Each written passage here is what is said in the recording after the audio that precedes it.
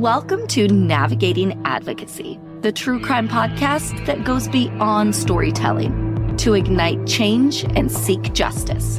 I'm Melissa. And I'm Whitney. As true crime enthusiasts turned passionate advocates, we've seen the power of storytelling raise awareness about unsolved crimes and bring hope to victims and their families. We hope to inspire action and promote positive change within the true crime community.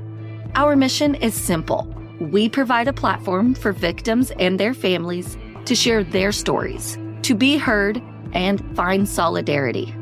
But we don't stop there. We offer practical guidance to our listeners on how they can actively make a difference in their own communities. In each episode, we'll discuss a different unsolved case. We'll examine the details, highlight potential leads, and strive to spark new interests that may help advance the investigation. Our goal is to reignite hope and ultimately bring justice where it's long overdue. But this podcast is about more than just a conversation. It's about building a community of like-minded individuals who share a common purpose, making a real difference in the fight for justice. Whether you're a seasoned true crime fan or new to the genre, we invite you to join us on this journey of discovery and advocacy. Together, we can create a wave of change. We're here to empower you to also become advocates for change, no matter where or who you are. We are Navigating Advocacy. We discuss topics that may be sensitive to listeners. Discretion is advised.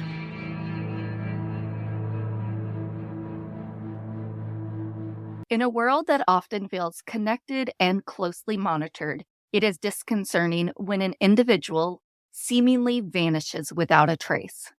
One such case that has captivated the nation is the mysterious disappearance of Tina Marcotte, along with her suspected killer, Tom Kueter's possible suicide. In this episode, I will dive into the details surrounding her vanishing act, the ensuing investigation, the death of Tom, and the questions that continue to haunt both of their families and the public. Today, we are navigating advocacy in South Dakota. Tina Marie Marcotte was born on December 13th, 1963, and was from New Hampshire.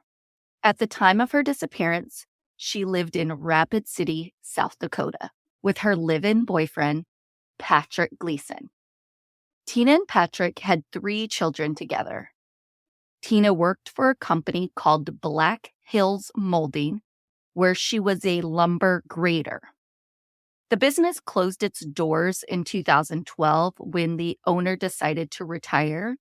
But years before, this well-known cabinet company was one of the establishments in the news for being surrounded by mystery.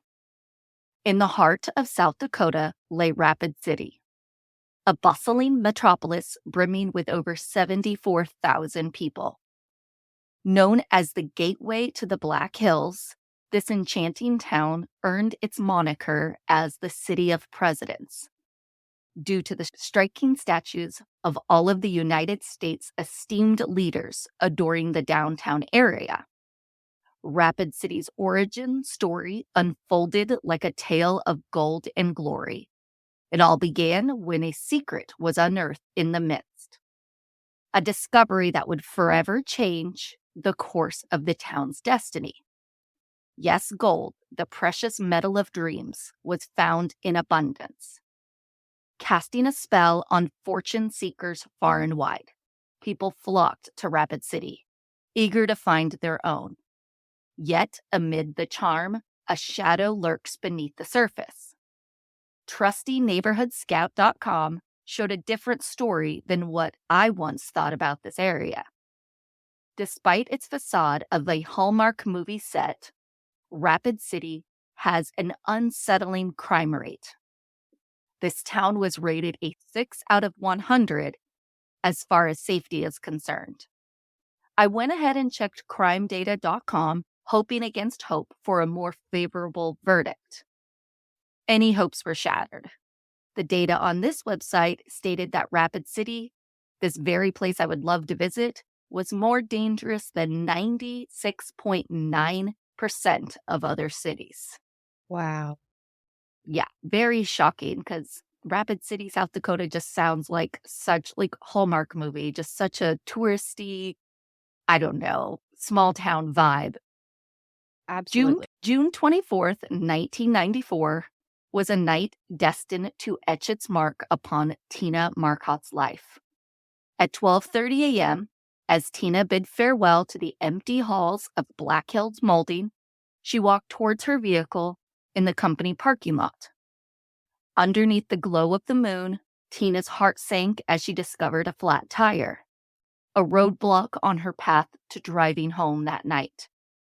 Determined to find a solution, she retraced her steps, slipping back into the safety of the office. She used the phone to contact her dear friend, Vicky Riddle. With frustration and urgency, Tina told her friend about her car trouble. Vicky, being the loyal friend, offered to come get her stranded friend. As they were about to disconnect the call, Tina was surprised by a vehicle pulling up at her workplace. She asked Vicky to hang on the phone while she investigated who it was. Tina's voice resurfaced on the line a few moments later, infused with a blend of relief and lingering apprehension. Tina explained that she no longer needed a ride because she was getting one from Tom that had just pulled up. And because Vicky, again being a loyal friend, asked who Tom was. As soon as Tina uttered the words, "It's my friend Tom. He used to work here with me," it made Vicky visibly breathe a sign of relief, knowing her friend would be safe. But how wrong she was. This would be the last time anyone had contact with Tina besides the person that picked her up that night. A full day elapsed before Patrick, Tina's boyfriend and the father of her children, began to grow increasingly worried about her failure to return home. The sequence of events that followed is subject to conflicting accounts. However, according to some reports, Patrick, accompanied by Tom, the individual who potentially offered Tina a ride home on that ill-fated night, visited Vicky's residence in search of answers regarding Tina's whereabouts. As Vicky relayed the details of the phone call and accused Tom of being involved, his demeanor shifted. He became defensive and displayed peculiar behavior. Tom denied being the one to pick Tina up, asserting that Vicky must have misunderstood due to her being drunk or not understanding. In a daring move, Patrick directly confronted Tom, questioning the nature of his relationship with Tina. Tom, maintaining an outward calmness, firmly denied any involvement, stating that he was not the type of person to engage in such behavior and would not betray Patrick in such manner. While this response might seem reasonable to some, Patrick found it peculiar, noting that Tom would typically react with aggression and a desire to fight if falsely accused of any wrongdoing. United by their shared concern, the two men, Patrick and Tom, made their way to the local police station to officially report Tina as missing. Swift to respond, law enforcement officers immediately initiated their search for Tina. Their efforts led them to her vehicle, discovered parked at the Black Hills Molding parking lot. To their alarm, not only did the car bear the evidence of a flat tire, but there was also a slash, seemingly inflicted by a knife. The presence of these alarming signs compelled authorities to consider the possibility of foul play surrounding Tina's disappearance. So right away, they were concerned of foul play. This wasn't just her up and leaving at all at that point. Tom was summoned for an interview. He readily complied with police requests. He was questioned about whether he had given Tina a ride home on that fateful night. He admittedly denied any encounter. According to his account, he had attended a baseball game, provided a friend with a ride home from that game. He experienced his car breaking down while en route to his own residence after he dropped the friend off. He claimed to have spent hours attempting to repair the vehicle on the roadside, and eventually he would return home around 3 a.m. in the early morning hours. His wife, serving as a witness, confirmed his arrival and asserted her lack of knowledge regarding his whereabouts prior to that night. Adding to the intrigue, she informed the authorities that upon his arrival, Tom engaged in an uncharacteristic act. He immediately laundered all of his clothes that he had worn that day, even going so far as to wash his shoelaces. A very unusual behavior for him, especially in the middle of the night. I've never heard of anyone washing their shoelaces. Most people just replace them because they're less than $2. Exactly, but he felt they needed to be clean right then. Now, he was a participant in this baseball / it could have been a softball game, so he did have dirt stains on his uniform, and he also said that he had grease because of working on the car, and that was why he was washing his clothes to get out the stains right away. I still have suspicions. Same. With each puzzle piece slowly falling into place, law enforcement officers were confronted with a perplexing and potentially incriminating set of circumstances. The slashed tire, Tom's conflicting timeline, and his atypical laundry rituals cast suspicious light on his involvement in Tina's disappearance. As the investigation intensified, the search for answers would lead the authorities down a winding path fraught with uncertainty and the weight of unspoken truths. Summoned by the distressing news of her daughter's disappearance, Tina's mother flew from New Hampshire to South Dakota, determined to provide support and care for Tina's 3 young children. Though she was advised by police to remain in New Hampshire with assurance that there was nothing that she could do in South Dakota, Tina's mom defied their counsel. Driven by an unwavering determination, she declared that nothing could keep her away, firmly stating that if her daughters remained unfound, she would be the one to uncover the truth. Intrigued by the unfolding investigation, Tina's mother, Joyce, found herself grappling with the involvement of a man named Tom. Never having encountered his name before, she couldn't help but feel perplexed by his presence in the events surrounding her daughter's disappearance.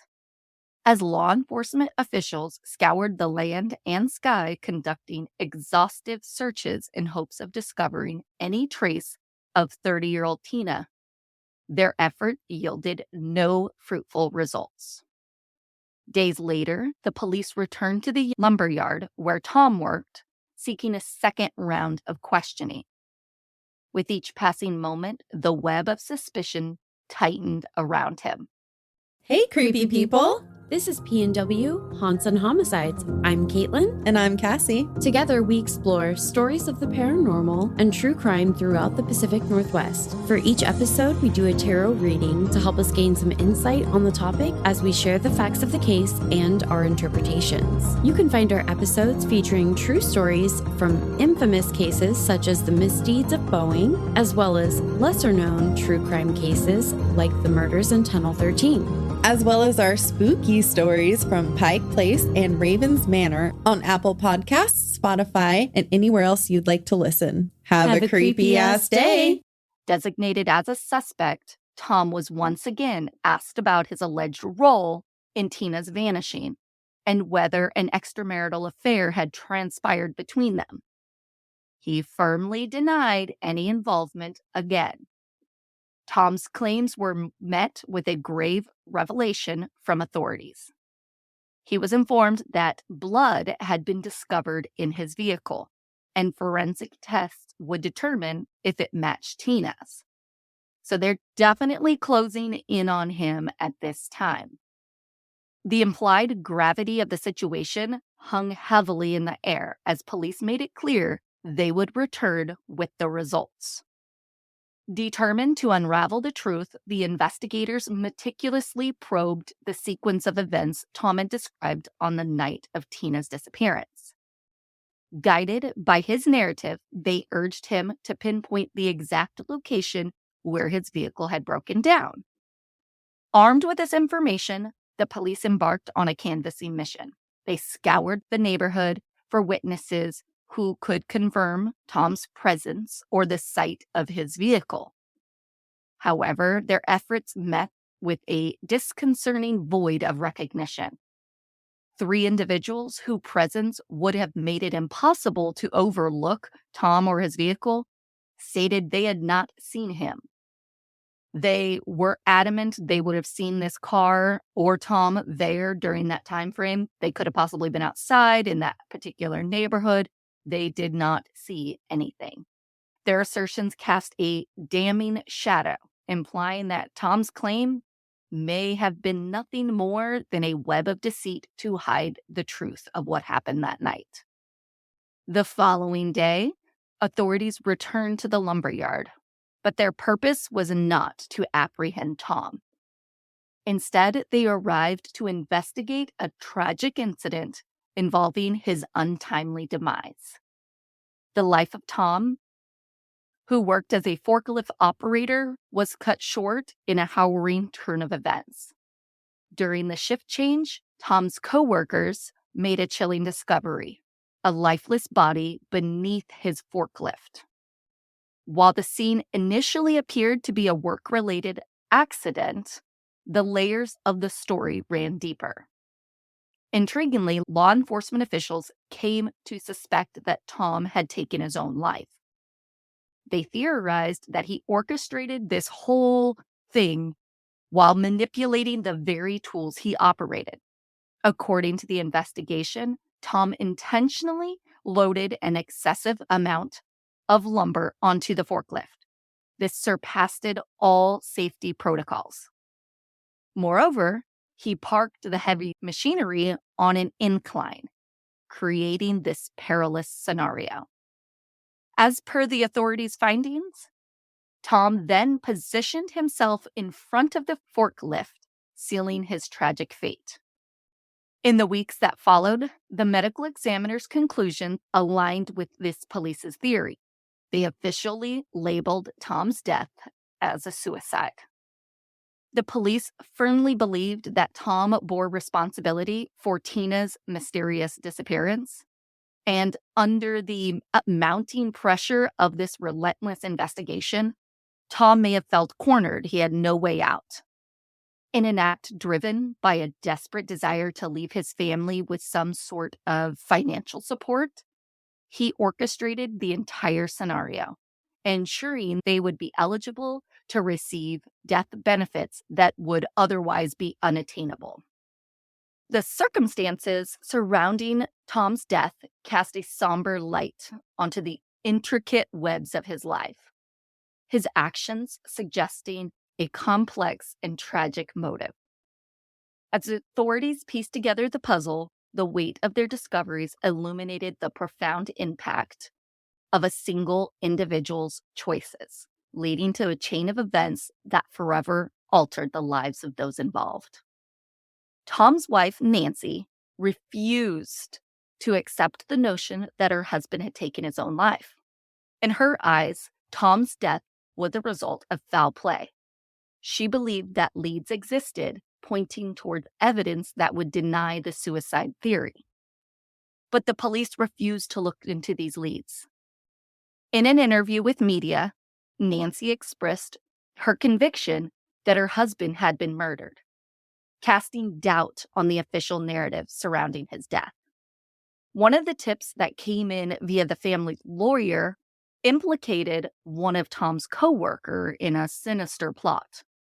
According to this informant, this individual had allegedly tried to bribe another coworker into inflicting harm on Tom, specifically by breaking his legs due to this workplace dispute, which seems a little bit hardcore if you ask me. Yeah, a little bit.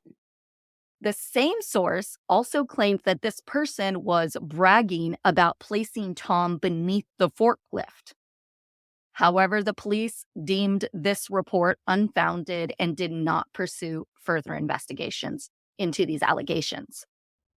They believed that if it was also not an accident, because if Tom was somehow fell laying underneath or laying in front of the forklift, that it would have rolled way too slowly for him to not get out of the way in time. So it's very unlikely that this was an accident. However, could he have been unconscious as he was laying in front of the forklift? Adding another layer to the story, Tom's coworkers shared stories of him being a person prone to a short temper, mood swings, and frequent bouts of anger. Just as Patrick had stated when he confronted Tom about his wife's disappearance, and Tom didn't act angry or anything, and Patrick felt that was weird that he didn't, because he's so used to Tom being short-tempered and being angry about things. He thought it was unusual that he wasn't angry. These accounts painted a picture of a troubled individual wrestling with inner turmoil. However, the mystery was far from its conclusion. On October 11th, 1995, around noon, so this was about 15 months after Tina vanished, a chilling discovery unfolded at Forest Products Distributors. This is the place where Tom was employed during his time of death. While a worker was relocating a stack of scrap wood at the rear of the property, this worker inadvertently dropped a few pieces. He stepped down from his machinery to retrieve them, and he stumbled upon a grisly scene: a badly decomposed body. Dental records and personal belongings found in close proximity confirmed the shocking truth. This was the remains of Tina Marcotte. An autopsy revealed that Tina had suffered blunt force trauma to the head, likely on the very day she vanished. Investigators stated that she had been killed elsewhere before being disposed of at the lumberyard, further strengthening the mounting evidence pointing towards Tom as the perpetrator of Tina's murder.